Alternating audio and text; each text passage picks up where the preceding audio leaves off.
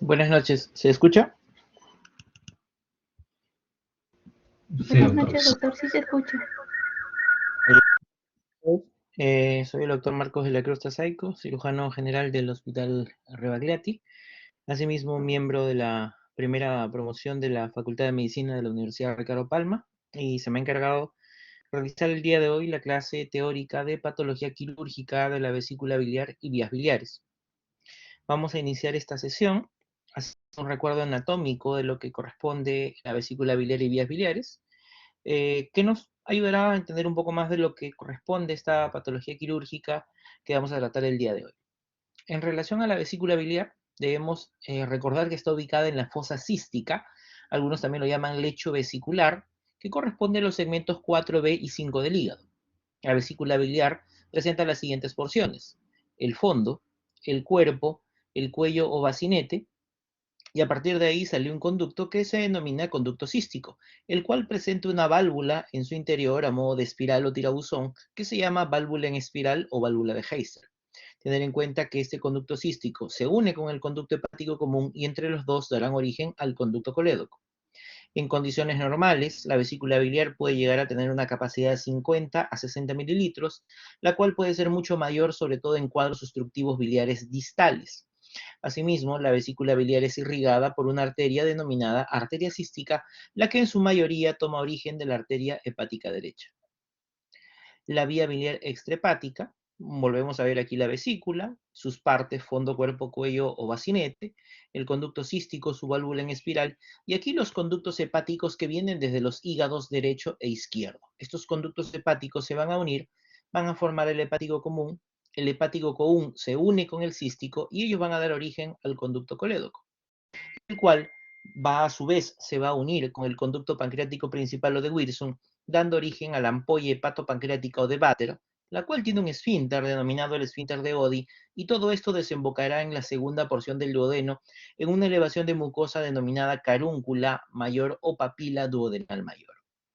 Recordar todos estos elementos que forman esta vía biliar extrahepática o vía biliar principal, tener en cuenta que si bien característicamente nosotros conocemos hepático derecho, hepático izquierdo, hepático común, colédoco, a todas esas porciones, desde los conductos hepáticos, hepático común y colédoco, en la literatura quirúrgica se le llama vía biliar principal o vía biliar común, y es con el nombre que aparece en los distintos libros que ustedes van a revisar con respecto a la parte quirúrgica. En cambio, la vesícula biliar y conducto cístico es lo que se denomina la vía biliar accesoria. Tener en cuenta que a nivel del hígado, vesícula biliar y vías biliares hay diversos triángulos. Un primer triángulo lo encontramos aquí, denominado triángulo hepatocístico o triángulo de Boudet, el cual está delimitado hacia arriba por el hígado, medialmente por el conducto hepático común y lateralmente por el conducto cístico, teniendo como contenido principal a la arteria cística.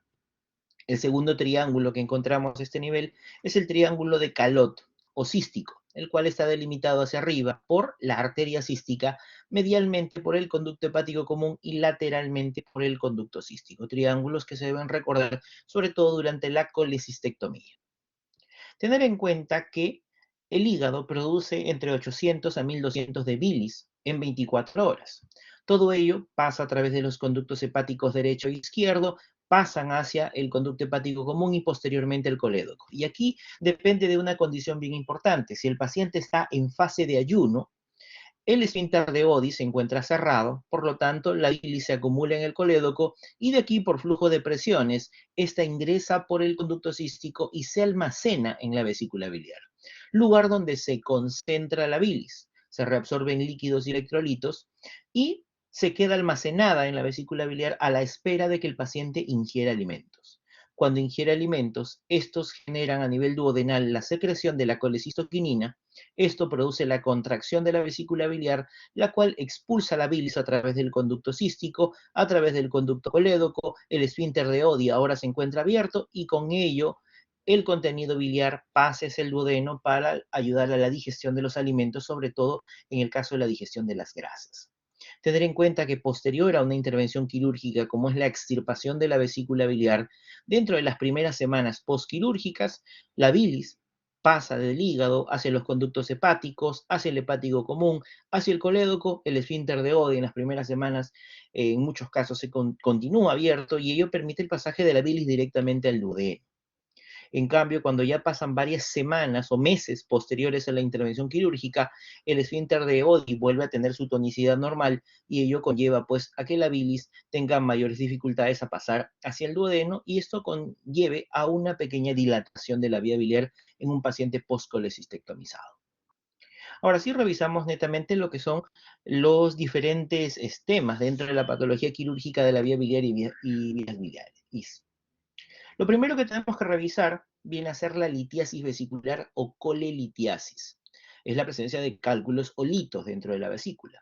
Existen diferentes factores que conllevan a la aparición de cálculos en la vesícula. Por ejemplo, la hipercolesterolemia puede llevar pues, en un paciente obeso, en un paciente diabético o durante y posterior a la gestación al desarrollo de cálculos de colesterol, que son los cálculos más frecuentes, que aparecen sobre todo por una sobresaturación de colesterol a nivel biliar. Son cálculos característicamente radiotransparentes y están asociadas a las 4F que nos indican las guías de Tokio para el desarrollo de colelitiasis.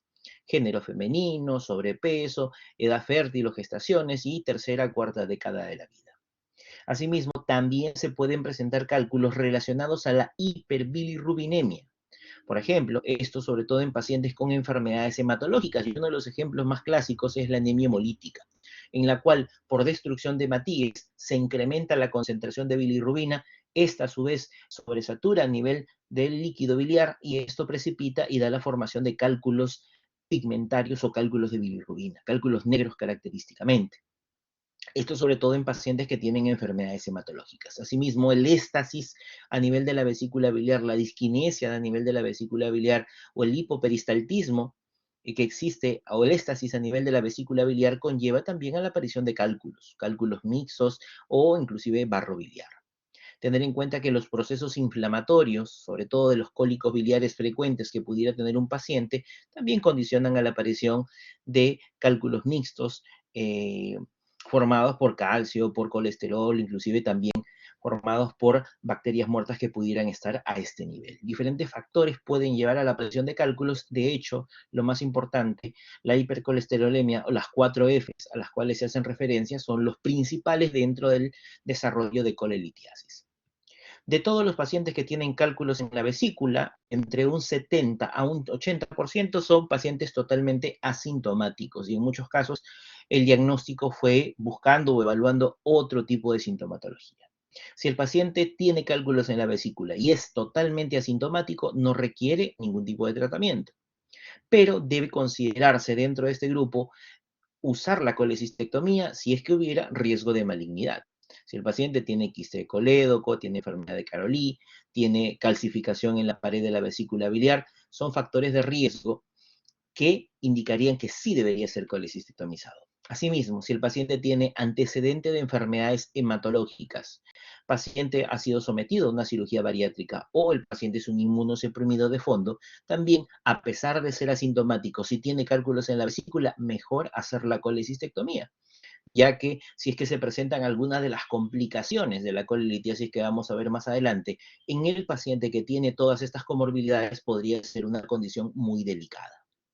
De todos los pacientes que tienen cálculos en la vesícula, entre un 10 a un 25% hará síntomas y el cuadro clínico más importante es el denominado cólico biliar que vamos a desarrollar en un momento. Otros harán infección de la vesícula, colicistitis. En algunas otras ocasiones, los cálculos saldrán de la vesícula y pasarán al colédoco y provocarán coledocolitiasis en el paciente. Se dice que entre un 10 y un 15% de todos los pacientes que tienen cálculos en la vesícula también tienen coledocolitiasis asociada. Por eso, todo paciente que se opere de la vesícula tiene que tener una buena valoración del perfil hepático, la fosfatasa alcalina, la GGT, el diámetro de colédoco para excluir que haya coledocolitiasis. Si es que los cálculos pasaron a la vía biliar y estos obstruyen la vía biliar generando ictericia obstructiva, pueden llevar hasta colangitis. También el desarrollo de pancreatitis, ileobiliar, la infección de la bilis puede llevar a empiema, abscesos hepáticos, perforación y peritonitis. Recordemos que de todos los pacientes que tienen cálculos en la vesícula y hacen síntomas, el cólico biliar es la forma clínica más frecuente. La mejor forma para poder valorar a un paciente que tiene cálculos en la vesícula es la ecografía con una alta sensibilidad, la cual nos muestra la presencia de imágenes hiperecogénicas con sombra acústica posterior. Recordemos que todo paciente que tiene cálculos en la vesícula y es sintomático, el tratamiento quirúrgico de elección es la colecistectomía laparoscópica o COLELAP. Debemos tener en cuenta que el paciente que tiene cálculos en la vesícula tiene riesgo de desarrollar cáncer de vesícula, colecistitis crónica, colecistitis aguda, de tener cólico biliar, que los cálculos migren al colédoco, provocando coledocolitiasis colangitis y también el desarrollo de pancreatitis. Es decir, los cálculos no solo provocarían problemas a nivel vesicular, sino también dentro de todas las vías biliares, páncreas, inclusive hasta cuadros obstructivos, como también vamos a ver más adelante. La colecistitis aguda es una enfermedad inflamatoria infecciosa aguda de la vesícula biliar, que hasta en el 95% de los casos está relacionada a la presencia de cálculos. Otros factores involucrados en pacientes que no tienen cálculos, pues estarían relacionados a la isquemia, trastornos de la motilidad, lesiones químicas directas, infecciones por microorganismos, etc. Debemos tener en cuenta que de aproximadamente la población mundial, un 10% tiene cálculos en la vesícula. Esto predomina sobre todo en el género femenino sobre el masculino. En la tercera, cuarta década de la vida, las 4F que habíamos mencionado anteriormente, pueden llegar hasta cuadros severos de colecistitis aguda hasta en un 6%.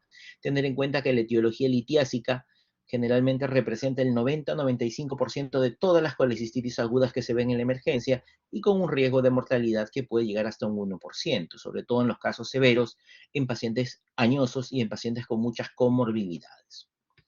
¿Cómo se desarrolla la fisiopatología de una colecistitis aguda? Todo empieza por un cálculo que se encuentra obstruyendo el conducto cístico, que se encuentra obstruyendo el bacinete e impide la salida de la bilis que está dentro de la vesícula y también el ingreso del mismo.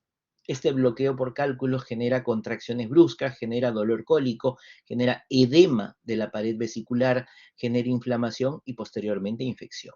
Recordemos que este edema produce una alteración en la circulación venosa, en la circulación linfática, en la circulación arterial, lo que puede conllevar a necrosis de la pared vesicular, inclusive hasta perforación de la vesícula y peritonitis subsecuente. Tener en cuenta que de todos los gérmenes que se pueden presentar en esta infección, que es la colecistitis aguda, los gram negativos son los más frecuentes, sobre todo en la cabeza, el E. coli. ¿Puede haber colecistitis aguda por gram positivo? Sí, enterococos, streptococo y también por el clostridio, lo cual puede dar una forma severa de colecistitis aguda que se llama la colecistitis enfisematosa. Este tipo de colecistitis enfisematosa es frecuente encontrarla en algunos pacientes diabéticos, lo cual lleva a una evolución tórpida en los pacientes y un cuadro séptico severo si es que no se tratan precozmente. Algunas condiciones con respecto a la fisiopatología de la colecistitis aguda. Si yo tengo un paciente que tiene cálculos en la vesícula, esos cálculos, dependiendo del tamaño, van a querer salir de la vesícula, pasar por el cístico, llegar al hepático común, perdón, al colédoco y el colédoco hacia el duodeno. Si los cálculos son grandes, un cálculo de 1 centímetro, difícil que esos cálculos salgan. Entonces, ¿qué es lo que van a hacer? Van a llegar hasta la zona del bacinete y van a obstruir el bacinete y la entrada del conducto cístico. Esto genera pues obstrucción del cuello de la vesícula biliar, genera obstrucción del conducto cístico, esto aumenta la presión intraluminal a nivel de la vesícula biliar y esto genera síntomas en el paciente. Pero los síntomas van a ser variables dependiendo del tiempo de duración y el grado de obstrucción. Si la obstrucción por ese cálculo es parcial y la duración de esa obstrucción es corta, es decir, menos de 6 horas de evolución, y el cálculo se regresa al fondo de la vesícula, eso se llama cólico biliar. Este cólico biliar, ¿de qué se caracteriza? Dolor en cuadrante superior derecho, generalmente desencadenado por ingesta de comida copiosa grasa, que remite con analgésicos y antiespasmódicos, que dura menos de 6 horas de evolución, el hemograma se encuentra dentro de lo normal, no hay signos de infección, no hay fiebre, no hay leucocitosis, PCR normal. Y todo el cuadro se resuelve médicamente. En cambio, si ese cálculo se encuentra impactado a nivel del cuello de la vesícula biliar, provocando una obstrucción completa y una obstrucción permanente por más de 6 horas de evolución, eso conlleva a una colecistitis aguda. Y aquí encontraremos cambios propios de una infección aguda. signo de Murphy positivo, fiebre, leucocitosis en el hemograma. Como ustedes pueden ver aquí en la imagen, cuando el cálculo va a obstruir a nivel de lo que es el cuello de la vesícula biliar, esto puede condicionar la aparición de dolor, pero cuando se permeabiliza, esto condiciona pues el cese del dolor. Aquí nosotros podemos tener en cuenta algo. El cólico biliar no solo se presenta por una obstrucción a nivel del cuello de la vesícula biliar o bacinete, sino que también cuando hay un cálculo en el colédoco y este cálculo quiere pasar al duodeno, también puede expresarse como cólico biliar. Pero obviamente no está asociado a cambios infecciosos a nivel sistémico o a nivel local. En cambio, un paciente que tiene colecistitis aguda, el cálculo está impactado permanentemente y esto se asocia pues, a cambios en la irrigación, cambios en el drenaje venoso, con compromiso infeccioso a nivel de la pared vesicular y también a nivel sistémico, náuseas, vómitos, fiebre, leucocitosis, PCR elevado, malestar general, etcétera, que son característicos de una colecistitis aguda. Las manifestaciones clínicas de un paciente con colecistitis aguda es el dolor. Y el dolor, más de 6 horas de evolución, que no remite al uso de analgésicos y antiespasmódicos, y muchas veces el dolor en cuadrante superior derecho del abdomen también se va a localizar o va a manifestar como dolor referido hacia el hombro derecho y hacia la región escapular derecha. ¿Y esto por qué? Por dolor referido a través del nervio frénico derecho, el cual pues recoge la sensibilidad a nivel diafragmático y produce dolor en esas regiones del cuerpo. Tener en cuenta que un paciente que nos hace esta clínica de colecistitis aguda de dolor abdominal, al menos el 75% de ellos ha tenido antecedente de cólico biliar en alguna oportunidad. Adicionalmente, pues el paciente puede tener fiebre, puede tener taquicardia, puede haber ictericia, pero una ictericia leve, ya que una ictericia moderada o severa no se asociaría a colecistitis aguda, sino quizás a colangitis aguda, a un cuadro obstructivo de la vía biliar. Dentro del examen físico, una valoración importante a realizar es el signo de Murphy positivo. Recordemos que el signo de Murphy se valora al hacer una compresión por debajo del reborde costal derecho. Al paciente se le pide hacer la inspiración.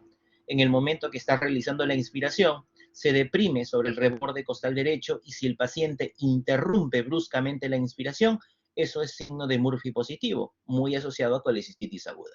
Eso lo podemos hacer con la palpación y también lo podemos hacer con el transductor de ecografía, ya que también tendríamos un signo de Murphy ecográfico positivo.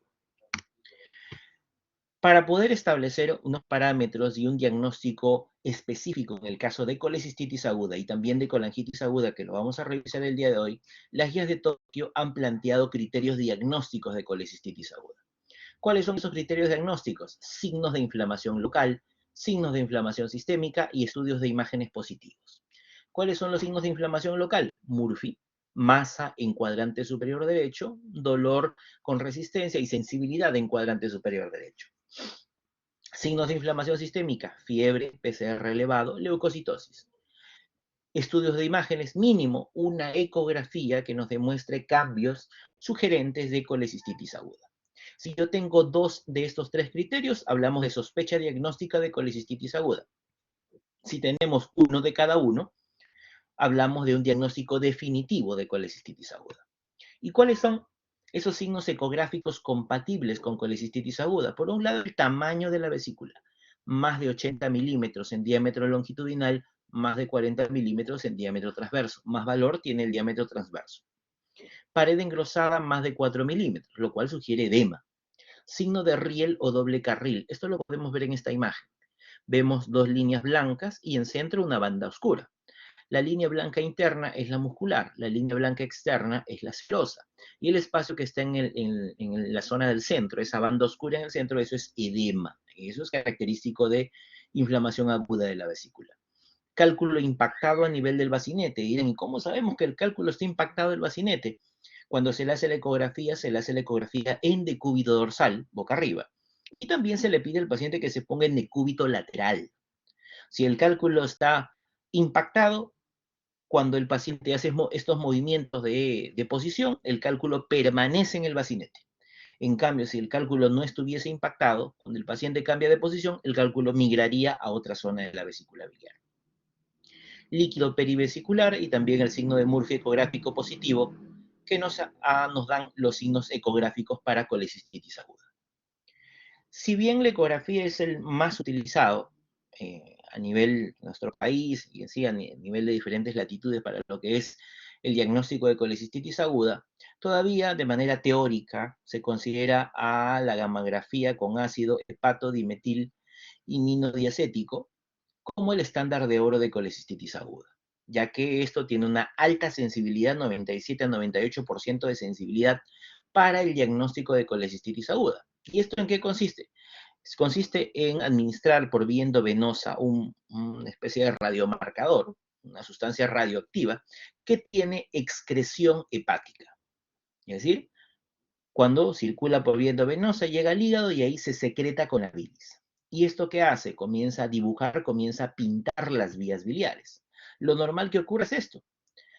A los 5 minutos, luego a los 15 minutos, comienza a excretarse por las bilis y yo veo cómo se comienza a dibujar el hepático derecho, el hepático izquierdo, el hepático común, el cístico y la vesícula biliar. Esto es un estudio normal. A los 60 minutos toda la vía biliar ya debe estar completamente pintada, incluida la vesícula y el cístico. Pero, como recordamos, la colecistitis aguda es por un cuadro obstructivo del conducto cístico. En un paciente con colecistitis aguda, este examen, ¿qué me revelaría? Me revelaría pues que a los 60 minutos yo le doy el contraste. Vean ustedes, el hepático derecho se pintó, el hepático izquierdo se pintó, el hepático común se pintó, el conducto colédoco también, pero no se dibujó la vesícula biliar. ¿Eso por qué no sucedió? Porque hay un cálculo que está obstruyendo el conducto cístico del paciente que impide que la bilis con ese radiomarcador ingresen a la vesícula biliar. Y esto nos habla pues de una colecistitis aguda. Los estudios tomográficos son importantes en colecistitis aguda, más que para diagnóstico, se evalúa para valorar si hay complicaciones secundarias a las colecistitis agudas. Complicaciones como perforaciones, abscesos hepáticos, abscesos perivesiculares, que pudieran existir en el contexto de un paciente con colecistitis aguda. La colecistitis aguda se tiene que valorar en, grados o también en criterios de gravedad. ¿Cuáles son esos grados? Grado 3 o severo, grado 2 o moderado, grado 1 o leve.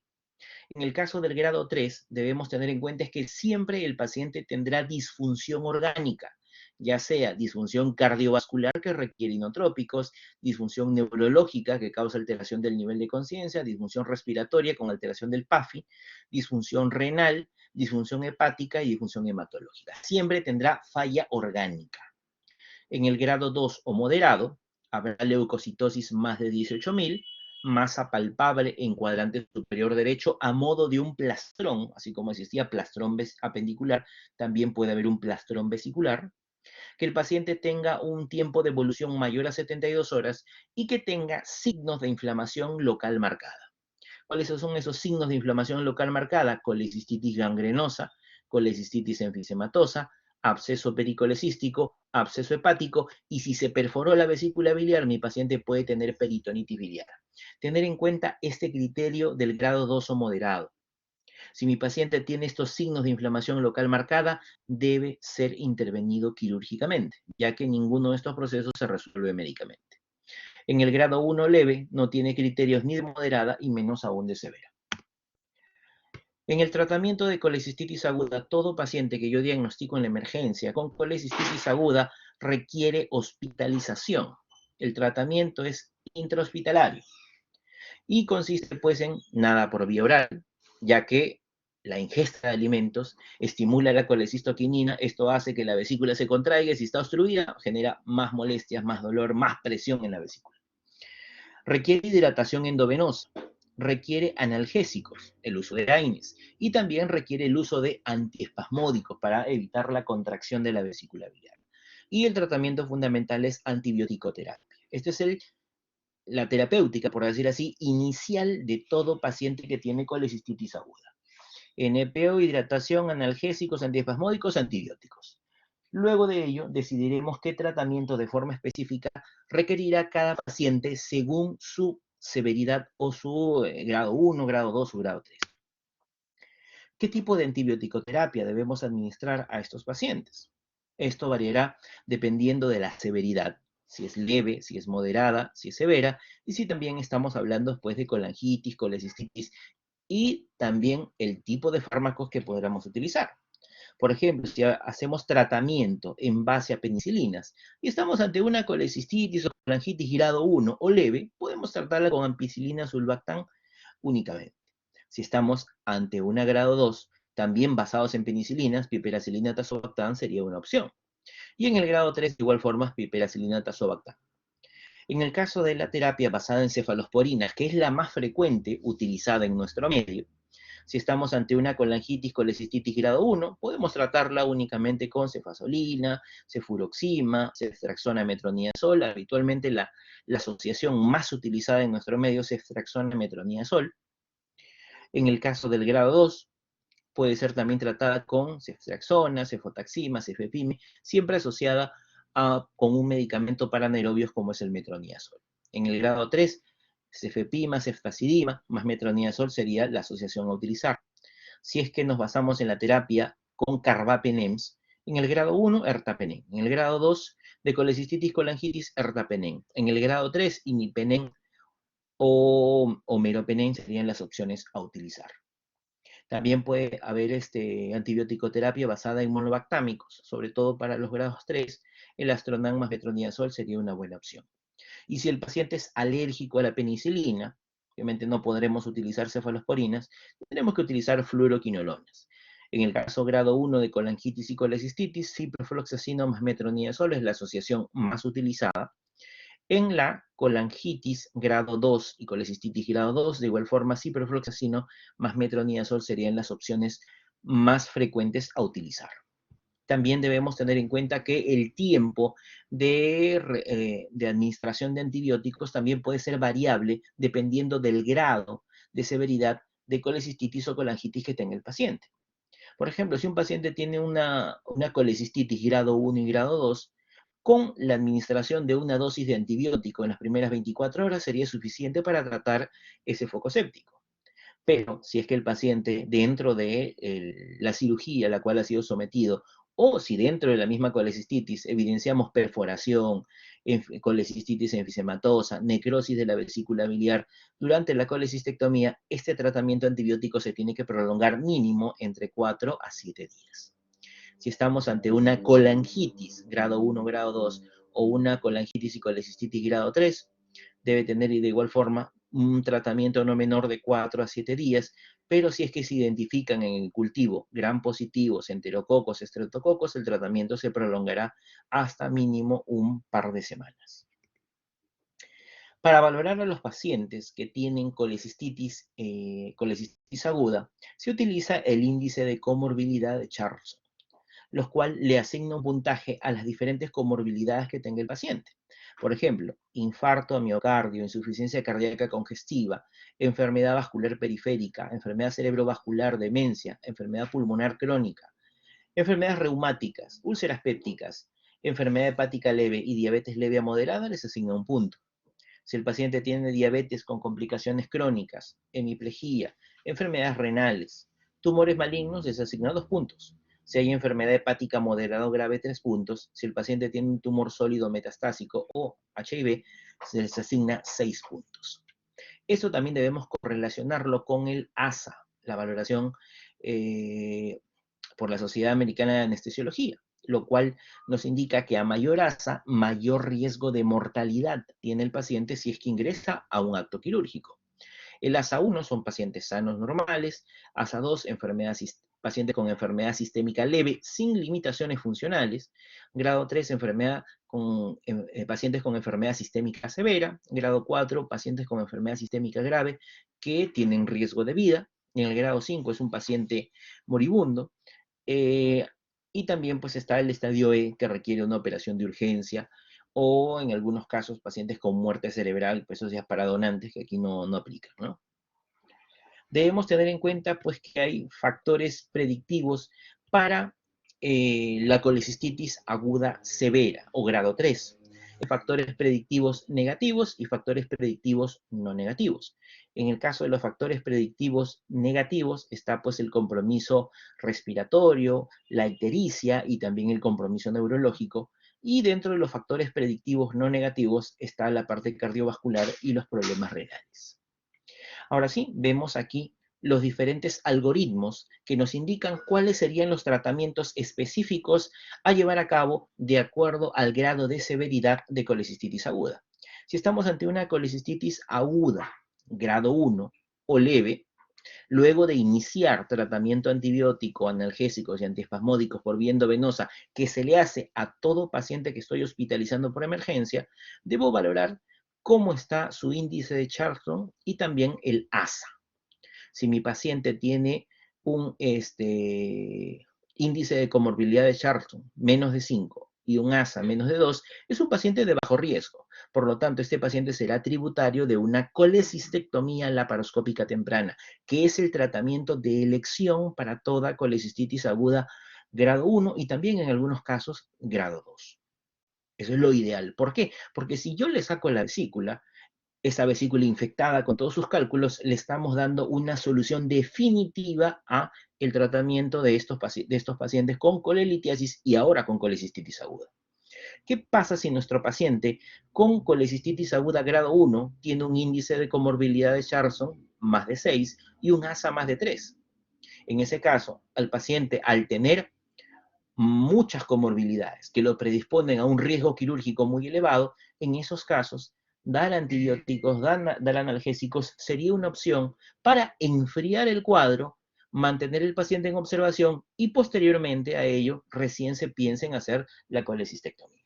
De estas dos opciones, de dar antibiótico-terapia por un lado o de operar por el otro lado, siempre la opción más beneficiosa para el paciente, si más aún si se hace por laparoscopía, es la colecistectomía laparoscópica temprana, la cual se utiliza dentro de las primeras de 72 horas del cuadro clínico o de la evolución del paciente. ¿Qué sucede en aquellos pacientes que tienen grado 2 o moderado?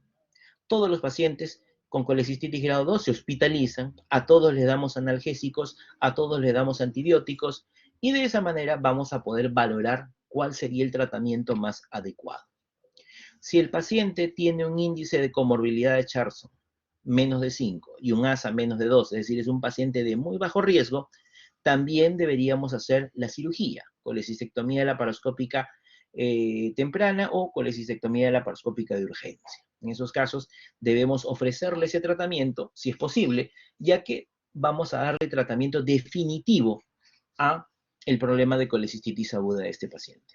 Pero, ¿qué sucede si nuestro paciente tiene un índice de comorbilidad de Charlson más de 6 o un ASA más de 3? Muchas comorbilidades. En estos casos, someterlo a una cirugía puede ser muy riesgoso y en esos casos se puede optar por continuar dar el tratamiento antibiótico, continuar dar el analgésicos y antiespasmódicos, enfriar el cuadro y 6 semanas después de haber realizado este tratamiento médico de la colecistitis aguda, el paciente se realizaría una colecistectomía laparoscópica de forma electiva o programada, ya en mejores condiciones. Pero si el paciente, con los antibióticos que se le han administrado, no tuvo una evolución favorable, seguía con leucocitosis, seguía con fiebre y más bien se está poniendo cada vez más séptico, en esos casos, optar por una punción, por un drenaje de la vesícula biliar, una colecistectomía, pues también podría ser una opción. ¿Qué sucede en aquellos pacientes que tienen colecistitis aguda, grado 3 o severa? Recuerden que la grado 3 o severa siempre tiene falla orgánica, respiratoria, cardiovascular, neurológica, hematológica, etc. Aquí también, de igual forma, ingresamos al paciente, iniciamos antibiótico-terapia, analgésicos y antiespasmódicos y también damos soporte a la falla orgánica que tenga el paciente, de tratar de corregir su falla orgánica. Si el paciente es hipotenso, iniciamos inotrópicos. Si el paciente no orina, quizás tenga que ir a diálisis. Si el paciente tiene insuficiencia respiratoria, posiblemente requerirá intubación y ventilación mecánica. Dar tratamiento a la falla orgánica ya establecida en el paciente. Entonces, aquí los vamos a dividir de acuerdo a los factores predictivos negativos y factores predictivos no negativos. Si el paciente tiene factores predictivos no negativos y está en un centro que tiene todo, es decir, tiene laparoscopía, tiene radiología intervencionista y tiene UCI, en ese paciente yo podría ofrecerle la colecistectomía laparoscópica temprana, ya que tenemos todo a la mano. Y si por allí requiere algún tipo de soporte avanzado, estamos en el centro ideal. Serían los hospitales de referencia, hospitales niveles 4, 3 o 4 que hay en nuestro país. Pero si el paciente que tiene factores predictivos no negativos está en un centro o en un establecimiento de salud que no cuentas con las condiciones adecuadas, en ese caso, lo mejor sería optar por drenar la vesícula biliar. Recuerden, en este caso, el paciente que tiene colecistitis aguda grado 3 o severa está con esa sepsis significativa porque dentro de la vesícula se ha llenado una colección purulenta muy importante. La bilis se ha transformado en pus, es decir, la vesícula biliar se comporta como si fuera un foco séptico. Por ello, toda la disfunción orgánica. En esos casos, ¿qué deberíamos hacer? Evacuar ese foco séptico. Y lo podemos hacer a través de una colecistostomía, es decir, punzar a través de la pared, colocar un catéter dentro de la vesícula biliar, evacuar el contenido purulento, esto más la antibiótico-terapia y el soporte orgánico, con eso deberíamos mejorar la condición del paciente. Si tenemos en nuestro paciente con colecistitis aguda grado 3, ya iniciamos soporte orgánico, iniciamos antibiótico terapia y tiene factores predictivos negativos, este paciente de frente va a colecistostomía.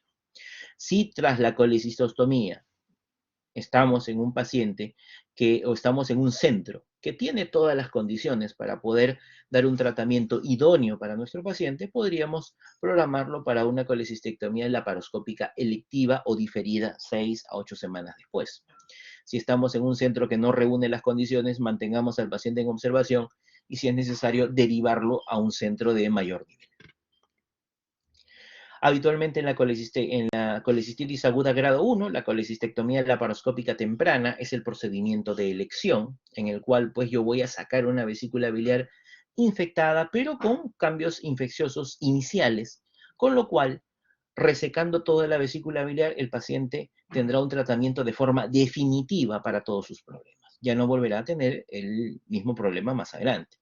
Si estamos ante una colecistitis grado 2, como mencionamos, si estamos en el centro que tiene todas las condiciones, podríamos también intentar una colecistectomía laparoscópica temprana o programarlo para la intervención quirúrgica y dependiendo de los hallazgos intraoperatorios, valorar si es que podemos hacerlo por vía laparoscópica o necesariamente tengamos que convertir hacia cirugía abierta y de esa manera hacer la extirpación de la vesícula biliar.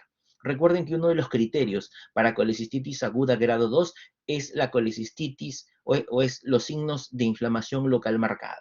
¿Cuáles eran? Peritonitis biliar, absceso colecístico, absceso hepático, colecistitis enfisematosa. Estos son criterios que nos dicen que debemos intervenir quirúrgicamente al paciente. Y en la colecistitis aguda grado 3, recuerden que el paciente tiene disfunción orgánica. ¿Por qué? El cálculo está obstruyendo el bacinete y todo el contenido de la vesícula biliar es un contenido séptico, es un contenido purulento y esto se comporta como un absceso, como un foco séptico.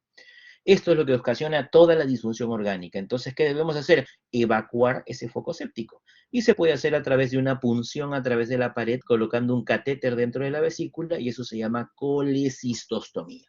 De esa manera evacuamos el foco séptico y posterior a ello, cuando ya se hayan mejorado todas las condiciones sistémicas del paciente, se podrá hacer una colecistectomía en mejores condiciones, generalmente entre 6 a 8 semanas posteriores a la intervención quirúrgica. Debemos tener en cuenta que el tratamiento que hemos planteado, que es la colecistectomía laparoscópica temprana, la que se hace dentro de las primeras 72 horas del paciente con colecistitis, busca darle al paciente el tratamiento definitivo para la colecistitis, así como también ofrecerle todos los beneficios de la laparoscopía. En la mayor parte de los casos, la vesícula se halla distendida, hay que punzarla para evacuarla y de esa manera poder manipularla de la mejor manera. Se tiene que exponer todo lo que es el triángulo de Calot y uno tiene que tener esta visión que vemos en las fotografías de la parte inferior, que es la llamada visión crítica de seguridad, en la cual yo puedo ver el conducto cístico, la arteria cística y por detrás de ellos el parénquima hepático, y viendo que estos dos elementos, tanto el conducto como la arteria cística, son los únicos elementos que están ingresando a la vesícula biliar. De esa manera yo puedo clipar y cortar de forma segura y hacer mi colecistectomía también de forma segura, sin riesgo de lesión vascular y menos aún de lesión de la vía biliar, que es lo que se debe evitar en estos casos. Como les había mencionado, miren, aquí se está punzando la vesícula biliar para aspirar su contenido. Se está aperturando la serosa desde las caras derechas e izquierdas de la vesícula biliar para poder exponer el hilio de la vesícula biliar. y de esa forma pues poder identificar tanto el conducto cístico, la arteria cística y despegar el tercio proximal del cuerpo de la vesícula. Con ello puedo tener la imagen característica de la visión crítica de seguridad y hacer mi clipaje y sección sin problemas. Pero eso no siempre se va a poder dar. Sobre todo en los casos de colecistitis moderadas y severas, el cuadro inflamatorio es muy intenso, en el cual es difícil poder reconocer el conducto y la arteria cística. Y en esos casos, cuando hay una laparoscopía o una colecistectomía laparoscópica difícil, modificada por estos cambios inflamatorios secundarios a una colecistitis aguda, se pueden plantear unos procedimientos para evitar la lesión de las vías biliares. Por un lado está convertir a cirugía abierta. Por otro lado, es hacer la colecistectomía subtotal, es decir, solo resecar fondo y cuerpo, dejando el bacinete y el cístico para no tocar esta zona y no meterse cerca de la vía biliar y riesgos de lesionarla. Si es que se opta por hacer una colecistectomía subtotal, quedará el bacinete, el cual, si se hace una jareta cerrando el conducto cístico, se llamará colecistectomía subtotal fenestrada, pero si es que se cierra el muñón a modo de una rafía dejando un fondo de saco, esto se llama colecistectomía subtotal reconstituida. Lo habitual en una colecistectomía laparoscópica es comenzar a nivel del bacinete, identificando conducto cístico, arteria cística, y de aquí irse hacia el fondo de la vesícula. Eso se llama colecistectomía indirecta, comenzar en el bacinete y terminar en el fondo. Pero también una opción es hacerlo en sentido inverso, comenzar en el fondo, despegar la vesícula del lecho vesicular en el hígado y llegar hacia el bacinete. Esto se llama colecistectomía directa. ¿Existen complicaciones en aquellos pacientes que tienen colecistitis aguda? Sí, se puede perforar la vesícula y esto conllevará peritonitis. Puede haber abscesos pericolecísticos y también puede haber fistulizaciones. Fistulizaciones entre la vesícula biliar y el tubo digestivo, ya sea con el duodeno, estómago, colon y ayuno, siendo la fístula colecisto-duodenal la más frecuente. Asimismo, también se puede fistulizar hacia las vías biliares y allí pues el síndrome de Mirici es una de las formas más frecuentes de fistulización entre la vesícula y las vías biliares. Miren ustedes las diferentes formas con las cuales podemos ver los cambios inflamatorios infecciosos en la colecistitis aguda.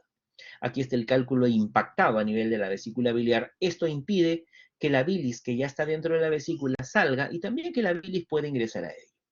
La bilis, que tiene una coloración verde petróleo, en los primeros días, en las primeras horas del cuadro obstructivo, cambia sus características morfológicas y se vuelve de una coloración blanquecina. Eso recibe el nombre de hidrops vesicular o hidrocolecisto, en la cual es una bilis casi transparente.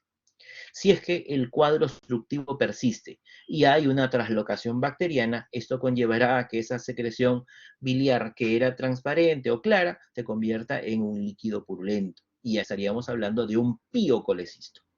Conforme avanza el proceso inflamatorio infeccioso, hay una alteración en la irrigación y el drenaje venoso de la vesícula biliar. Y de tener unas paredes congestivas o eritematosas en un paciente con colecistitis aguda en las horas iniciales, podemos tener una gangrena y una necrosis de la vesícula biliar, lo cual puede llevar a perforaciones. Y si esto se perfora, puede condicionar la aparición de abscesos o en algunos casos peritonitis biliar, peritonitis generalizada, secundario a la salida de la bilis y el líquido purulento de esta colecistitis aguda. Como ya habíamos mencionado, dentro de las complicaciones de la colecistitis aguda estaban las fístulas. Fístulas colecistoentéricas, siendo la colecisto-duodenal, como la podemos ver a este nivel, la más frecuente, y a través de ella pasa la bilis y los cálculos, y también las colecistos biliares, que es el síndrome de Mirici. Veamos aquí una de las complicaciones que puede existir en el paciente que tiene fístula colecisto-duodenal. Miren, a través de la fístula pasa la bilis y pasa el cálculo al duodeno. Ese cálculo avanza y se puede quedar impactado a nivel del ilion terminal. Miren aquí está la vesícula biliar, fistulizada al duodeno. A través de esta fístula pasa la bilis, pasa el cálculo migra a través del duodeno y ayuno ilio y se queda impactado en la parte final del ilion terminal o a nivel de la válvula iliocecal. A través de esta fístula no solo pasa la bilis y el cálculo, sino que también pasa el aire del duodeno hacia las vías biliares. Por eso es que en esta complicación de los pacientes que han tenido colecistitis aguda, se puede presentar el denominado ilio biliar. y el hilio biliar está demarcado por la triada de Rigler. ¿En qué consiste? Por un lado, mi paciente tiene aire en las vías biliares, neumobilia o aerobilia. Por otro lado, tiene clínica de obstrucción intestinal de asa delgada. Y todo esto condicionado por un cálculo que es el que está provocando la obstrucción intraluminal. El tratamiento de este tipo de pacientes consiste en hacer una enterotomía muy cercano al lugar donde se quedó impactado el cálculo, extraer ese cálculo y cerrar el defecto. Lo habitual es que el cálculo se quede impactado en el ilion terminal o en la válvula iliocecal, pero también a veces existen fístulas altas hacia la porción del duodeno o hacia el estómago y esto condicionará una obstrucción digestiva alta. Cuando esto ocurre, tiene un nombre en particular y se llama síndrome de Bouveret. Aquí tenemos la fistulización de la vesícula biliar con las vías biliares, específicamente con el hepático común colédoco.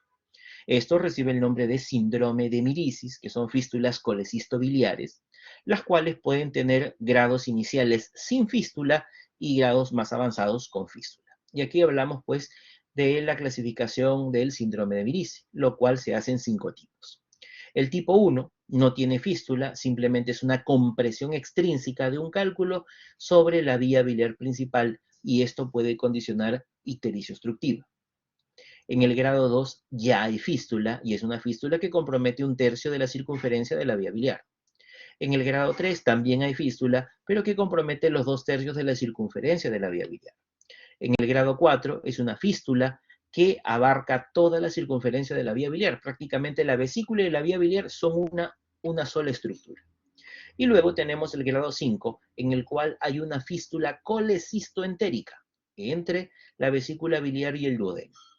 5A, si es que no se desarrolla obstrucción, si es que no hay hilio biliar, pero 5B, si es que el paciente nos desarrolla hilio biliar con la triada de Rigler que acá ya hemos manifestado. Dejamos lo que es la colecistitis aguda y pasamos ahora a la coledocolitiasis. La coledocolitiasis es la presencia de cálculos en la vía biliar principal, puede ser primaria o secundaria. La primaria es que el cálculo se forme a nivel de las vías biliares, lo cual es poco frecuente. En cambio, la coledocolitiasis secundaria, que el cálculo se forma en la vesícula, salga por el cístico y llegue al colédoco, eso sí es la forma más frecuente hasta en un 85% de los casos. Debemos tener en cuenta que la clínica de un paciente con coledocolitiasis variará dependiendo del tamaño del cálculo. Si el cálculo es muy pequeño, es probable que sea totalmente asintomático. En cambio, si el cálculo es más grande y produce un aumento de la presión en la vía biliar, eso sí puede provocar dolor. Y si el cálculo es mucho más grande todavía y obstruye completamente la luz de la vía biliar, esto condicionará ictericia obstructiva. Por eso, algunos pacientes tendrán cólicos y otros pacientes llegarán a ictericia obstructiva. Miren ustedes la presencia de cálculos múltiples en la vesícula, los cuales pueden migrar a través del conducto cístico y llegar al conducto colédoco. También en forma múltiple, en forma única, y producir diferentes tipos de sintomatología dependiendo sobre todo del tamaño de cálculos que se encuentren en las vías biliares. Para valorar la coledocolitiasis, a través de estudios de laboratorio podríamos encontrar la bilirrubina, lo cual nos va a indicar que hay una bilirrubina conjugada que se encuentra elevada. Las transaminasas también se pueden elevar. La fosfatasa alcalina y la gamma-glutamil transpeptidasa también se van a elevar, ya que estos dos exámenes nos indican aumento de la presión a nivel de las vías biliares. El hemograma, sobre todo en aquellos pacientes que ya tengan infección de la bilis, encontraremos leucocitosis, lo cual es un signo de colangitis. Y en los estudios de imágenes podemos ir desde los más simples hasta los más complejos. El estudio más simple en un paciente que tiene coledocolitiasis es la ecografía. Y la ecografía, ¿qué cosa me va a indicar? Únicamente dilatación de las vías biliares intra y extrahepáticas. Difícil que una ecografía pueda ver los cálculos dentro de la vía biliar, más aún si son pequeños. Si son chiquitos de 2, 3, 4 milímetros, difícil que una ecografía vea los cálculos.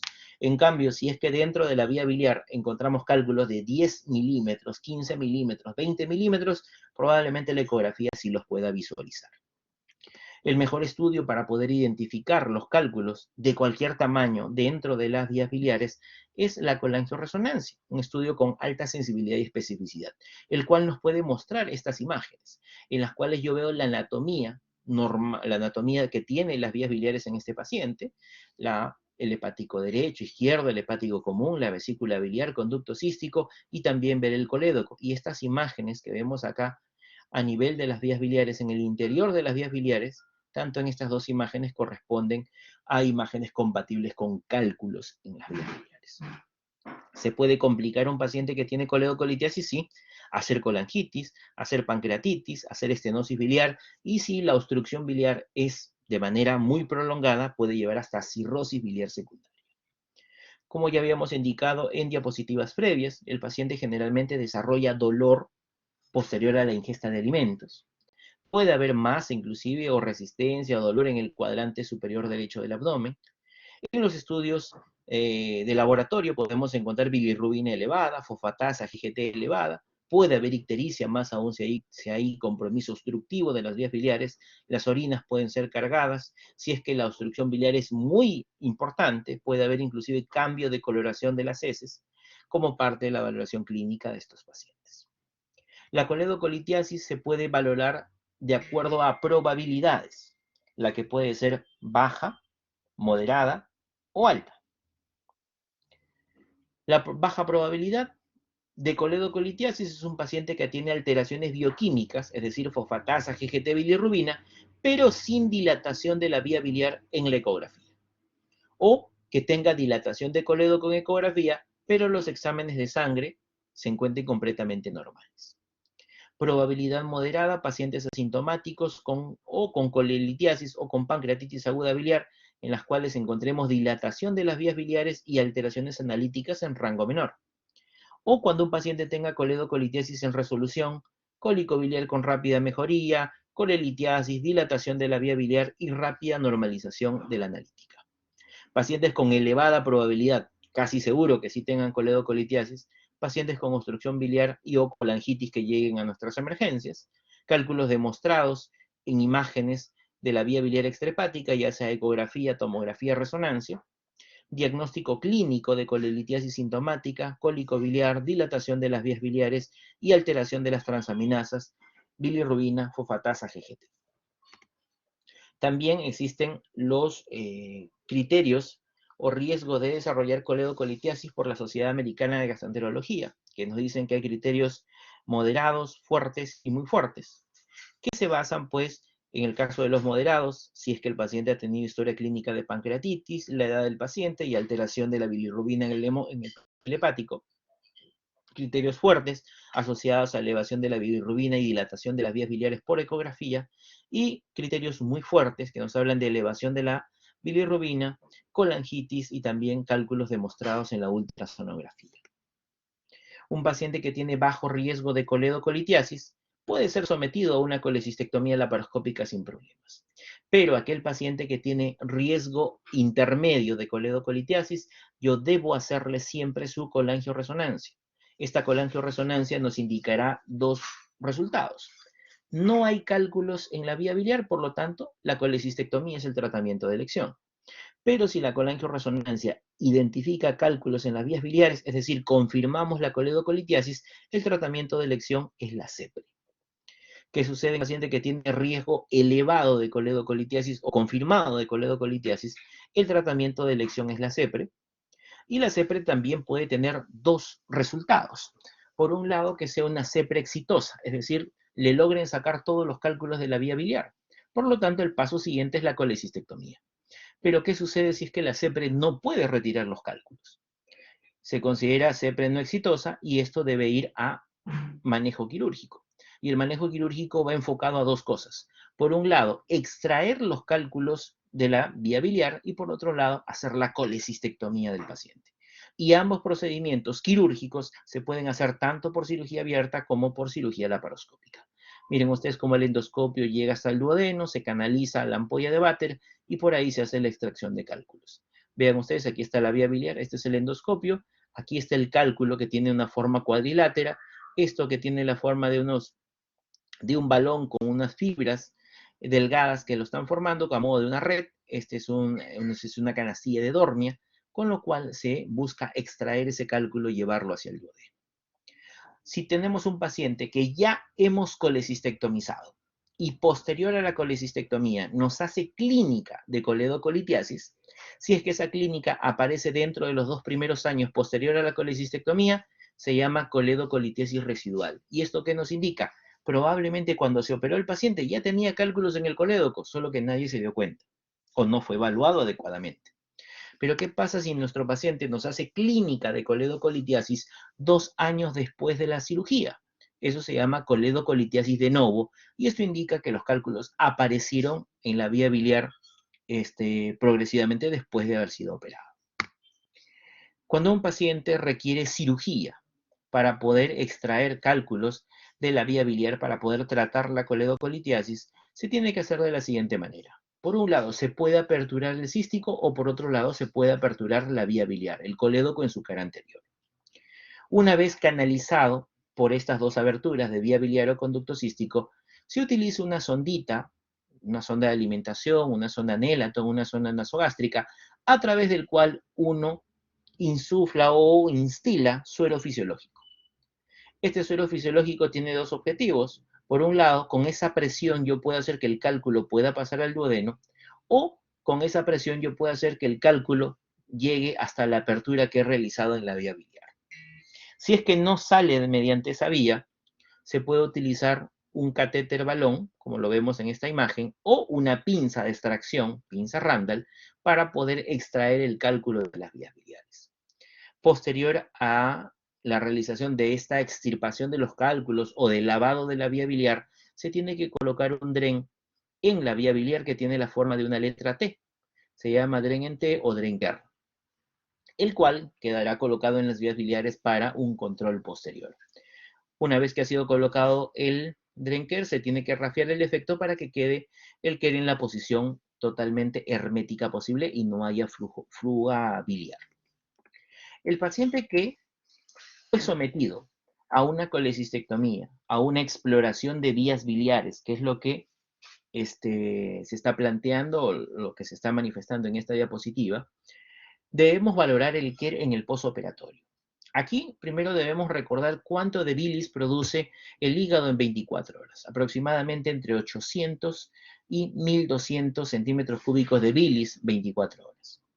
En un paciente que tiene un KER, yo esperaría como flujo normal entre 300 y 400 centímetros cúbicos, es decir, la tercera parte del volumen normal 24 horas debería salir por el KER. Eso es lo que yo me debo esperar.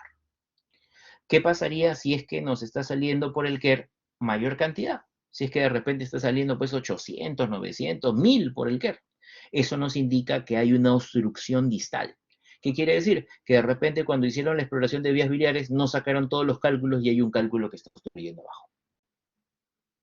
Por eso es importante dejar el KER en estos pacientes para hacer un control, una valoración posoperatoria. Otra condición que pudiera llevar a un flujo muy elevado en el KER sería pues que el esfínter de Oddi haya tenido un espasmo y eso condicione pues el cierre de la ampolla de Vater y que el flujo biliar salga por el KER. Asimismo, todo paciente que tiene un KER, aproximadamente entre el quinto y séptimo día posoperatorio, se le debe hacer una colangiografía a través del KER. Es decir, pasarle contraste a través del KER, tomarle una radiografía y ver cómo se dibujan, cómo se pintan las vías biliares. Lo normal sería no encontrar ningún cálculo en esa colangiografía y también debo ver un adecuado pasaje y de una manera fácil y sencilla hacia el duodeno, ya que si existiese cálculos residuales mediante este estudio, el paciente tendría que ser sometido a una CEPRE para poder extirpar ese cálculo que ha quedado de manera residual. El KER se dice que debe ser o puede ser retirado si es que no hay evidencia de algún cuadro obstructivo en las vías biliares posterior al día 14 de evolución de haber sido intervenido quirúrgicamente, ya que ese tiempo se requiere para crear un trayecto fistuloso entre la vía biliar y la pared abdominal. Si yo lo retiro antes, ese trayecto fistuloso no se ha formado y tengo riesgo de que a través de esa apertura que va a dejar el KER, la bilis pueda fugar, llegue a cavidad peritoneal y condicione un biliperitoneo. Cuando hay cuadros obstructivos de las vías biliares, ellos pueden conllevar a que haya una infección de la bilis y eso se llama colangitis. La colangitis aguda, ascendente o sepsis biliar, inflamación e infección de los conductos hepáticos y la vía biliar común, siempre secundario a un evento obstructivo. Debemos tener en cuenta que los pasos de gérmenes de la circulación portal linfática pueden llegar a producir bacteremia con o sin septicemia. Los gérmenes más comúnmente encontrados en las infecciones de las vías biliares pues son la Klebsiella, el enterococo, E. coli, enterobacter, proteo, pseudomonas y serratia. Debemos tener en cuenta que la bilis normalmente es estéril y se mantiene estéril gracias a ciertos mecanismos. Por un lado, el esfínter de Oddi evita que el contenido del duodeno pase a la vía biliar. El flujo anterógrado de la bilis, que busca expulsar las bacterias de las vías biliares hacia el duodeno. La actividad bacteriostática de las sales biliares y también algunos factores inmunológicos hepáticos asociados. Debemos tener en cuenta que la colangitis no tiene una predominancia por algún género en particular. La edad es sobre todo en los pacientes añosos. Puede tener una mortalidad, sobre todo en pacientes muy añosos, superior al 50%. Debemos tener en cuenta que de los diferentes factores que pueden obstruir las vías biliares y que posteriormente conlleven a infección a nivel de las vías biliares, la coledocolitiasis representa un 30 a un 70%. Las neoplasias entre un 10 a un 50%, ya sean los tumores periampulares o los colangiocarcinomas.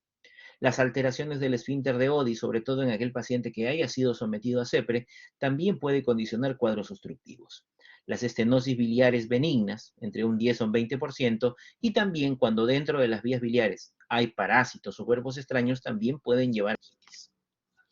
Por ejemplo, ¿qué parásitos los pudieran ocasionar? Clonorchisinensis, la fasciola hepática, los ascaris pueden obstruir las vías biliares y condicionar colangitis en el paciente. ¿Mediante qué vías los gérmenes acceden hacia la vía biliar? Ya sea por infección ascendente del duodeno hacia la vía biliar, y esta es la forma más común. Diseminación bacteriana a través del sistema venoso portal y también a nivel linfático, ya sea por secreción también a través del hígado o por infección de la vesícula biliar que llega hacia las vías biliares. La colangitis se puede clasificar en colangitis aguda secundaria a colecistitis, colangitis supurativa aguda, colangitis supurativa aguda obstructiva, colangitis supurativa aguda acompañada de absceso hepático, colangitis supurativa aguda. También la podemos valorar de acuerdo al tiempo de instauración, ya sea colangitis aguda o colangitis crónica. La colangitis aguda puede ser a su vez aguda no supurativa o como también aguda supurativa. Y en el caso de la crónica puede ser esclerosante o purulenta recidivante. Debemos tener en cuenta que clásicamente la colangitis aguda se valora pues por la llamada triada de Charcot y también por la pentada de Reynolds. En el caso de la triada de Charcot, estamos hablando de dolor abdominal en cuadrante superior derecho, fiebre e ictericia, en la cual hay un aumento de presión a nivel de las vías biliares que puede llegar entre un 7 a 14 centímetros de agua. Pero cuando la obstrucción es mucho más marcada, hay un aumento de la presión mucho más significativo y hay una invasión bacteriana sumamente intensa a este nivel, ya estaríamos hablando pues de la pentada de Reynolds, que se basa pues en la triada de Charcot, fiebre, dolor, ictericia, asociado a hipotensión y a trastorno de sensorio. Y esto pues genera una sepsis mucho más significativa en el paciente, con aumento de la presión también mucho más marcado en las vías biliares que puede llegar hasta 18 a 20 centímetros de agua. Para la colangitis también hay criterios diagnósticos y estos criterios diagnósticos se basan en signos de inflamación sistémica, signos de colestasis y estudios de imágenes positivos. Signos de inflamación sistémica, fiebre, escalofríos y datos de laboratorio que nos indiquen respuesta inflamatoria sistémica, leucocitosis, PCR elevado. Luego están los signos de colestasis, clínicamente que mi paciente se vea ictérico o que haya alteraciones en el perfil hepático. Por ejemplo, bilirrubina elevada, fosfatasa, GGT elevada, transaminasas elevadas. Luego están los estudios de imágenes, mínimo una ecografía que nos indique dilatación de las vías biliares o algún otro estudio que nos indique pues cuál es la causa o la etiología del cuadro obstructivo a nivel de las vías biliares. Si tenemos 2 de 3, es un diagnóstico de sospecha de colangitis. Si es que tenemos 3 de 3, es un diagnóstico confirmado de colangitis. en el caso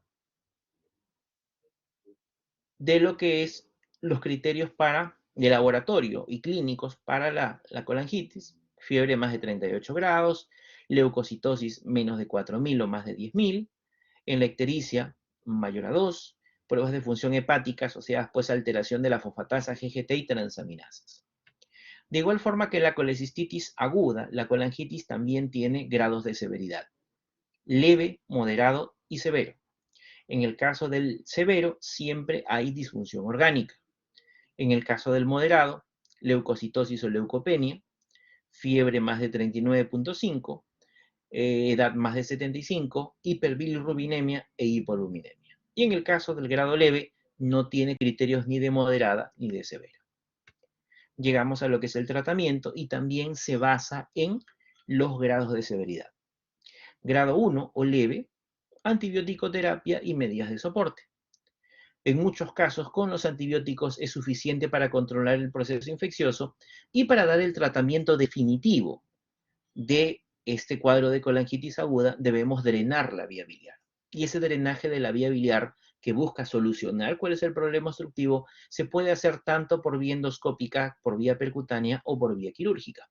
Cuando hablamos de la vía endoscópica, CEPRI. Cuando hablamos de la vía percutánea, la colangiotransparieto-hepática. Y cuando hablamos de la vía quirúrgica, la descompresión de la vía biliar quirúrgica se hace colocando un Drenker en la vía biliar. De ellos, debemos recordar siempre iniciar por el tratamiento menos invasivo posible. Es decir, la CEPRE sería la opción a utilizar si es que la tenemos a disposición en la mayor parte del tiempo a nivel hospitalario. Y sería el mayor beneficio que podría obtener el paciente. En la colangitis grado 2 o moderada, debemos priorizar el drenaje.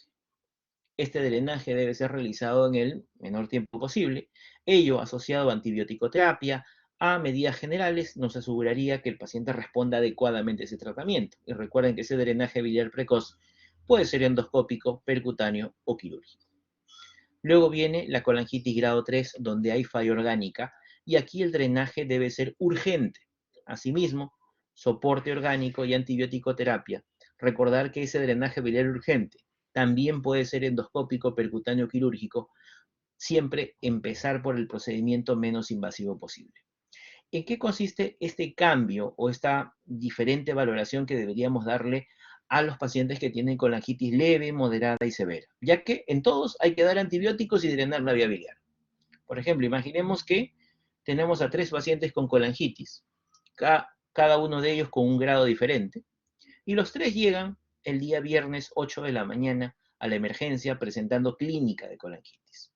El que llegó con una clínica de colangitis leve, le iniciamos los antibióticos, probablemente el día sábado la leucocitosis haya caído, la fiebre haya caído, el paciente se encuentre en muy buenas condiciones y a ese paciente podríamos hacerle su CEPRE el día lunes, el día martes, el día miércoles sin problemas, porque el paciente tiene un grado leve, que ha respondido bien al manejo médico y el drenaje de la vía biliar yo lo podría hacer hasta casi de forma electiva.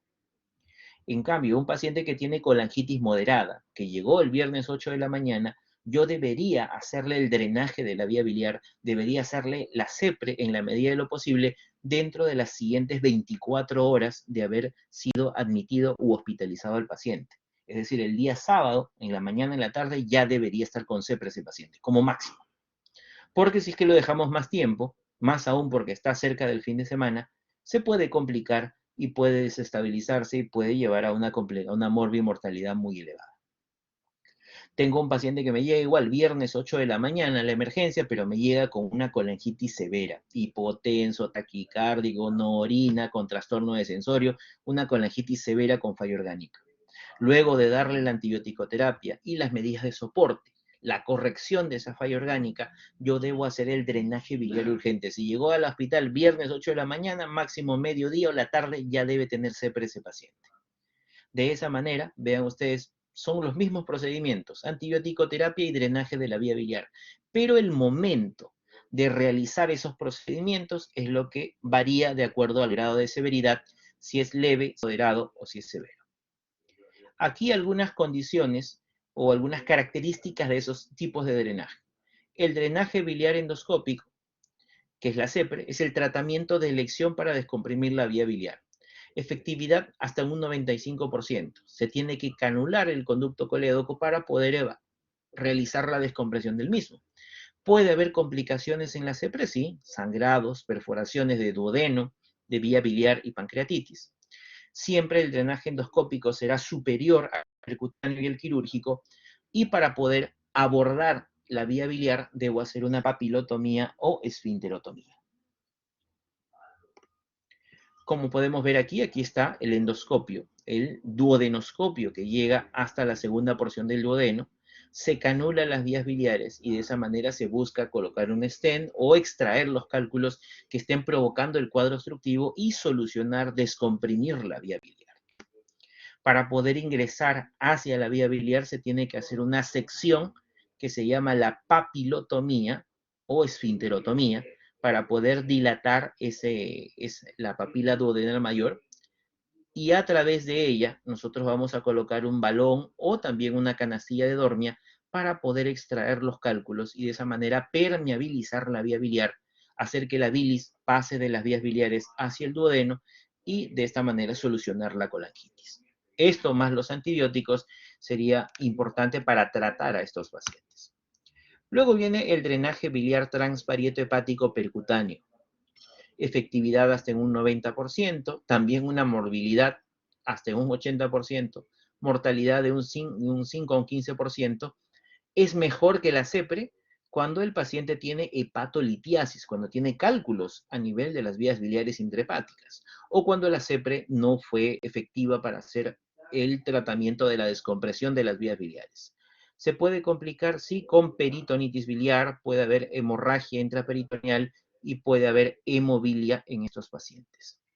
Vean ustedes, a través de la pared se punza el hígado, se coloca un catéter dentro de las vías biliares del hepático derecho y hepático izquierdo y a través de ese catéter se exterioriza la bilis. Obviamente, el hecho de atravesar, perforar el parénquima hepático puede producir complicaciones como por ejemplo hemorragias, sangrados, hematomas subcapsulares, fístulas hacia las vías biliares, etc.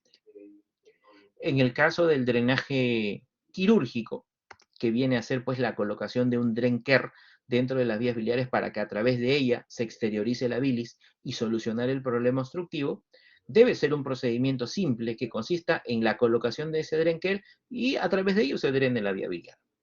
Este procedimiento consiste pues en hacer una coledocotomía, cortar el colédoco, aspirar la bilis, colocar el KER y cerrar al paciente.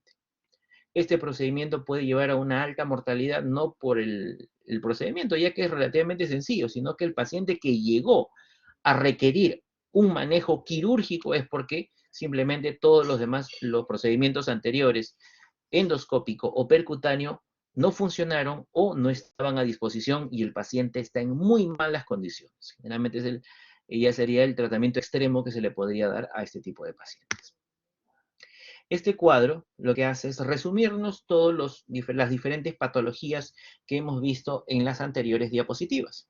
Por ejemplo, si el paciente tiene cálculos en la vesícula, la mayor parte de ellos serán asintomáticos y eso se llama colelitiasis. Si el paciente tiene síntomas, los síntomas se manifiestan mediante el cólico biliar. Si el paciente tiene una clínica de infección y dolor, eso se llama colecistitis aguda.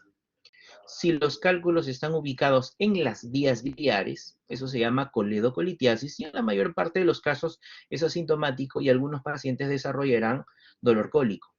Pero si hay signos de infección y también de dolor, eso se llamaría colangitis.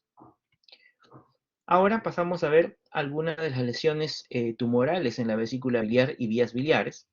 Uno de ellos es el cáncer de vesícula biliar, el cual es más frecuente en el género femenino y tiene como factores de riesgo importantes la presencia de cálculos. Un paciente que tiene cálculos por mucho tiempo tiene un alto riesgo de desarrollar cáncer de la vesícula biliar. Y también la vesícula en porcelana, lo que es la calcificación de la pared vesicular, son riesgos importantes para el desarrollo de cáncer de vesícula.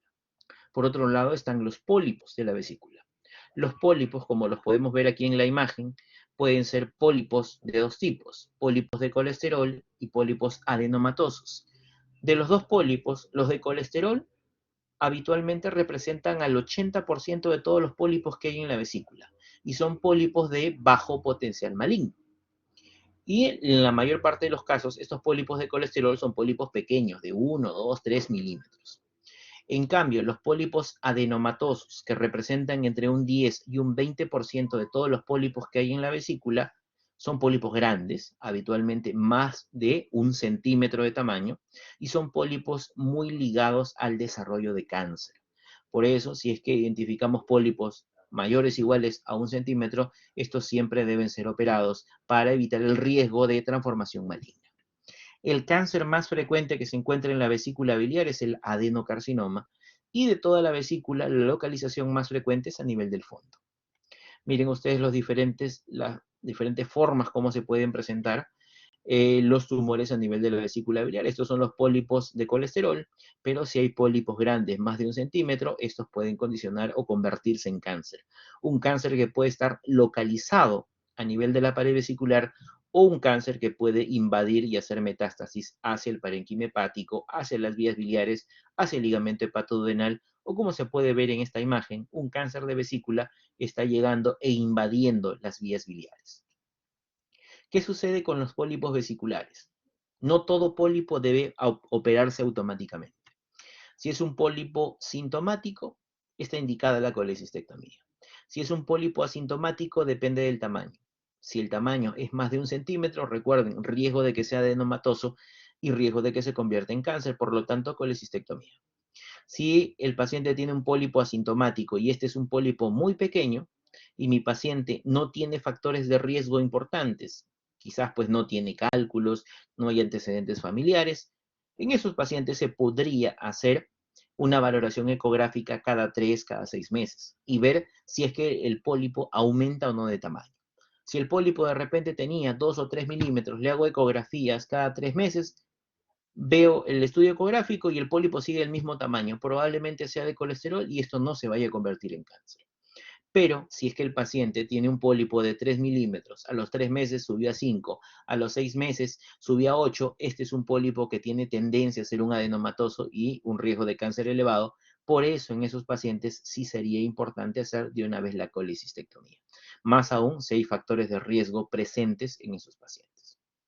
¿Cuáles son esos factores de riesgo? La edad, si es que hay cálculos o no, o si es que hay pólipos únicos o solitarios. Aquí nosotros podemos ver el TNM de la valoración del cáncer de vesícula. El TIS es el in situ, el T1 es el que compromete la mucosa en el caso del T1A, T1B es el que llega a la muscular, el T2 es el que llega a la serosa, el T3 es el que invade un órgano adyacente, hígado, por ejemplo, menos de 2 centímetros, T4 es el que invade en el hígado más allá de 2 centímetros o que compromete un órgano adyacente. Nódulos linfáticos, N1 si hay un ganglio cístico, N2 si hay ganglios celíacos, periportales o periduodenales comprometidos, metástasis a distancia, ya sea un órgano a distancia o también que haya compromiso ganglionar de los linfáticos intercabo-aórticos.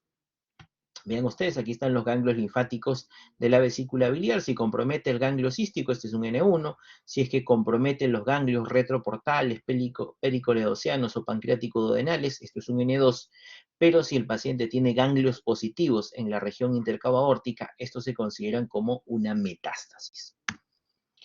Tener en cuenta que el momento de diagnóstico del cáncer de vesícula también nos indicará algunos pasos siguientes a seguir.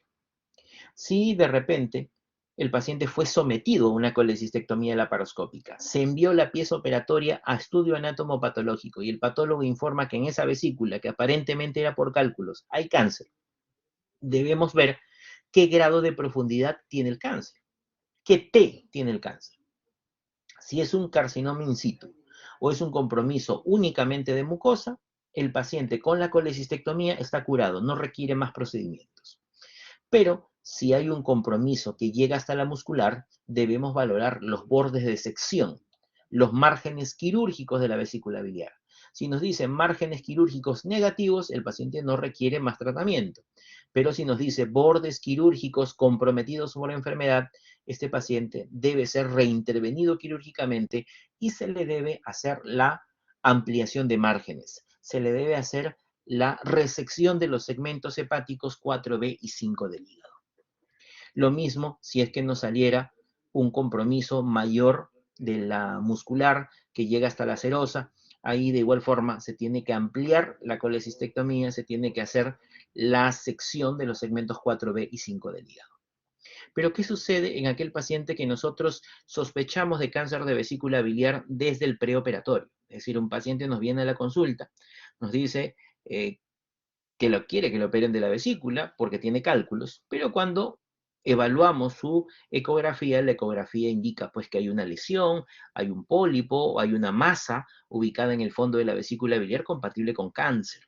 Si es que esto nos informa la ecografía, estamos en la obligación de pedirle un estudio tomográfico al paciente. Y con esto valorar qué grado de profundidad, hacer el estadiaje de la enfermedad. Si es que en ese estadiaje nos sale pues una lesión que compromete la muscular, compromete la subserosa o un órgano vecino, este paciente será tributario de la laparoscopía diagnóstica. Con la laparoscopía diagnóstica identificaremos si es una lesión no resecable o resecable. Si es resecable, el paciente deberá ser tributario de una colecistectomía radical. ¿En qué consiste la colecistectomía radical? Consiste en sacar en bloque toda la vesícula biliar con los segmentos 4B y 5 del hígado. Y asimismo hacer una linfadenectomía del ligamento hepatoduodenal y de los pancreáticos duodenales posteriores. Si es que a través de este estudio laparoscópico identificamos que es un cáncer de vesícula no resecable, el paciente únicamente será tributario de procedimientos paliativos. En el caso de que en la valoración preoperatoria lleguemos a la conclusión de que ya hay metástasis, este paciente irá directamente a cuidados paliativos para el tiempo que le queda de vida o para mejorar en algo su sobrevida en los meses siguientes. Luego, vemos dentro de la patología quirúrgica de las vías biliares lo que es la dilatación quística de las vías biliares, lo que en algunos libros le llaman quiste de colédoco. Pero debemos tener en cuenta que no solo afecta al colédoco, sino a todas las vías biliares, tanto a las vías biliares intrahepáticas como a las vías biliares extrahepáticas, siendo esta una dilatación congénita de las vías biliares, las cuales pueden permanecer asintomáticas en algunos pacientes por tiempo variable. Siempre va a ser más frecuente en el género femenino que en el masculino, y la mayor parte de ellos son diagnosticados a edades tempranas de la vida. Debemos tener en cuenta que la anatomía normal de las vías biliares, aquí vemos el colédoco, aquí vemos el Wilson, los dos se juntan, forman la ampolla de Vater y todo esto a la segunda porción del duodeno. Cuando hay alteraciones en la unión biliopancreática, es decir, hay una unión muy alta entre el colédoco y el Wilson y una ampolla de Vater sumamente largo, esto puede conllevar a una dificultad en el drenaje de la vía biliar y a una dilatación progresiva del colédoco que a lo largo de varios meses o años llevará pues a la formación quística de las vías biliares. Existe una clasificación para estas dilataciones quísticas de las vías biliares o el quiste colédoco, que es la llamada clasificación de Todani, la cual divide estas dilataciones en 5 tipos. El tipo 1 es el más frecuente, es la dilatación fusiforme de la vía biliar que compromete solo el colédoco. Hasta un 80% es el tipo más frecuente. El tipo 2 es una dilatación diverticular a nivel de las vías biliares, como si fuera una vesícula accesoria que tuviera las vías biliares de ese paciente. El tipo 3 es una dilatación a nivel del colédoco distal, que muchos llaman colédococele. El tipo 4 se subdivide en dos, 4A y 4B. El 4A es el que tiene dilatación de las vías biliares tanto intra como extrahepáticas. Y el 4B es el que tiene dilatación puramente a nivel extrahepático. Y en el caso del grado 5, es el que tiene dilatación de las vías biliares intrahepáticas únicamente. Y eso se llama enfermedad de Caroli. Debemos tener en cuenta que estos pacientes que ya tienen esta alteración en las vías biliares pueden estar asintomáticos o no tener clínica por bastante tiempo. La mayor parte de ellos pues está dentro de los primeros 16 años de vida y tienen una triada: dolor en cuadrante superior derecho o hipocondrio derecho, masa en hipocondrio derecho e ictericia. Y esta es más o menos la morfología que adquiere un quiste de colédoco del Todani 1, como ya hemos manifestado. En todos estos pacientes se deben solicitar estudios de imágenes.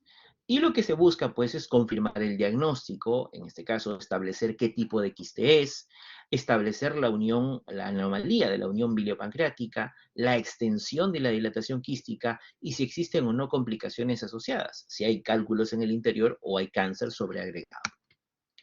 ¿Cuáles son esos estudios que debemos tener en cuenta para valorar estos pacientes? La ecografía, la tomografía, la CEPRE y la resonancia. De ellos, pues la resonancia magnética tiene una alta especificidad y sensibilidad y nos dibuja claramente la anatomía de las vías biliares para poder establecer las relaciones anatómicas, los niveles, el tipo de todani que tiene y de esa manera hacer un adecuado planeamiento quirúrgico. En el caso de la tomografía, sobre todo nos aporta mucho en lo que es la anatomía vascular, arterial y portal, que también es importante conocerla en el contexto de un paciente que va a ser sometido a una cirugía de este tipo. Se pueden presentar complicaciones en aquellos pacientes que tienen dilataciones quísticas de las vías biliares, sí.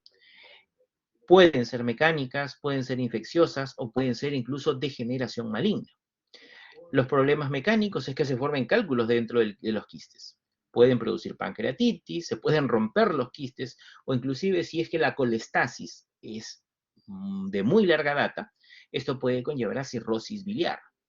Las complicaciones infecciosas, como hay una bilis en éstasis que no puede pasar adecuadamente al duodeno, esto puede conllevar a colangitis en el paciente. Y también debemos tener en cuenta que un paciente que tiene dilatación quística de las vías biliares puede tener un riesgo de degeneración maligna. Esto puede convertirse en un cáncer, sobre todo en un adenocarcinoma de las vías biliares. En el paciente que tiene quiste de colédoco o dilatación quística de las vías biliares, el tratamiento de elección es el tratamiento quirúrgico. Y ese tratamiento quirúrgico está enfocado a evitar los episodios recurrentes de colangitis y que esto migre hacia un colangiocarcinoma, lo cual será pues una condición que requiere un tratamiento más agresivo y también el pronóstico del paciente se puede afectar de manera significativa. ¿Qué pasa cuando el paciente tiene quistes extrahepáticos? Un Todani 1, por ejemplo, en el cual pues es lo más frecuente que se puede presentar en este tipo de patologías. La resección del quiste y la derivación bilodigestiva hepatoyeyuno en Iderrux es el tratamiento de elección. Como se ve, se reseca la vesícula, se reseca todo el quiste, se sube un asa de yeyuno, se une a las vías biliares y esto es el tratamiento de elección para la mayor parte de quistes extrahepáticos, un Todani 1, por ejemplo. En cambio, si los quistes son intrahepáticos y puramente intrahepáticos, hay que hacer la resección. Si están ubicados solo en el hígado derecho, hepatectomía derecha. Si están ubicados solo en el hígado izquierdo, hepatectomía izquierda. Si están abarcando todo el parénquima hepático, este paciente sería candidato de trasplante. Trasplante hepático, sobre todo lo que se da en el Todani 5 o la enfermedad de Carolina.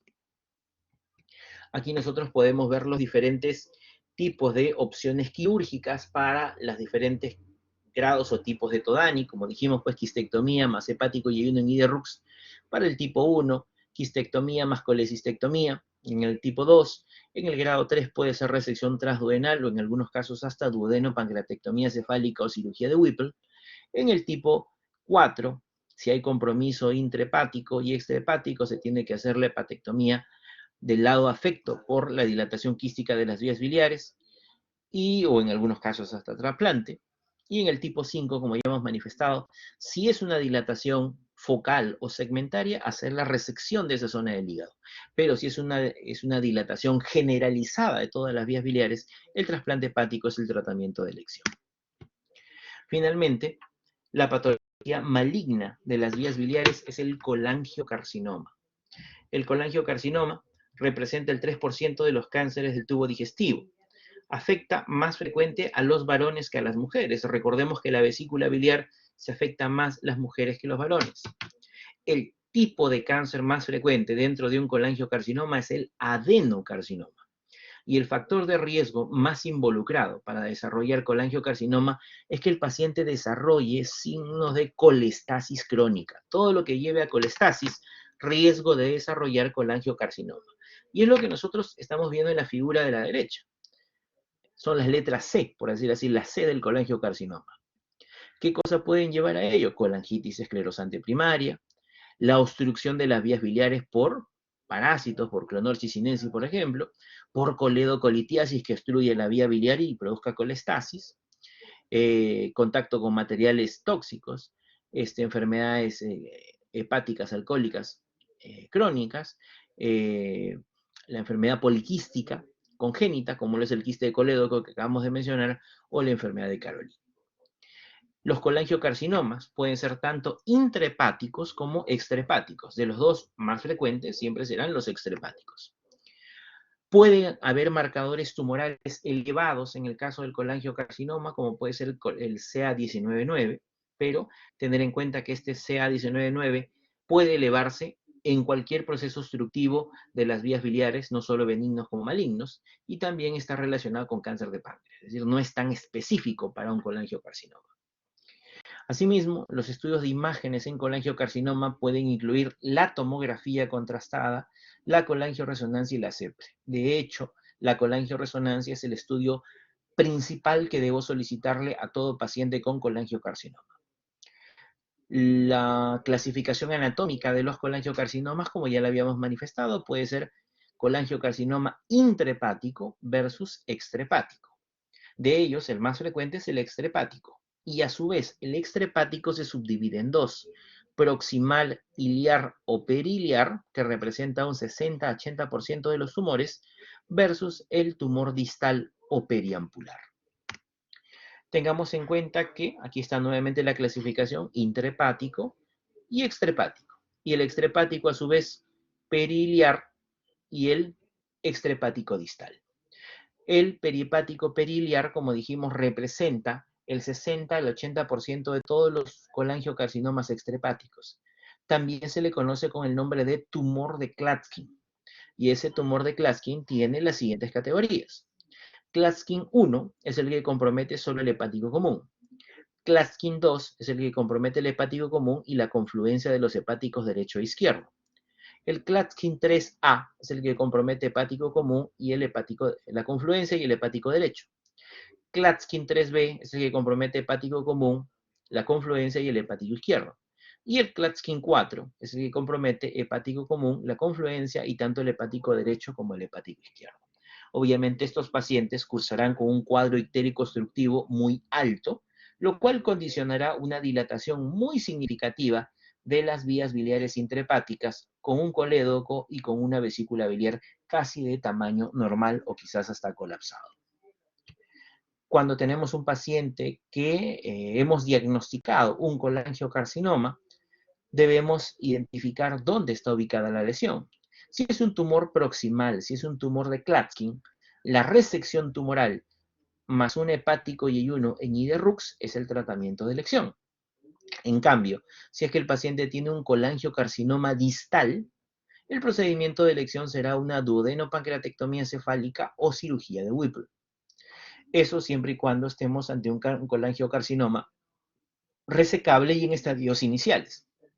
Ya que si el paciente tiene un colangiocarcinoma muy avanzado o diseminado, en esos casos se pudiera hacer cirugía paliativa o quizás simplemente colocar endoprótesis, ya sea una colangiotransparieto hepática o a través de la CEPRE colocar un stent, y de esa manera permeabilizar los ductos biliares, evitar la colangitis, mejorar la calidad de vida del paciente, sobre todo en el tiempo que le queda de sobrevida. Bien. Con eso hemos terminado los temas que se habían encargado para el día de hoy. ¿Y alguna pregunta?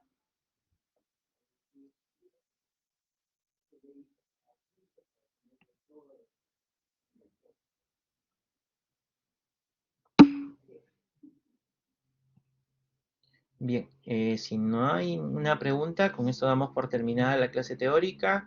Que tengan buenas noches. Doctor, disculpe que lo moleste. ¿Le pudiera enviar las diapositivas a su delegada del grupo de sede, por favor? Ya, listo, no hay ningún problema. Muchas gracias, doctor. Ok, listo, hasta luego.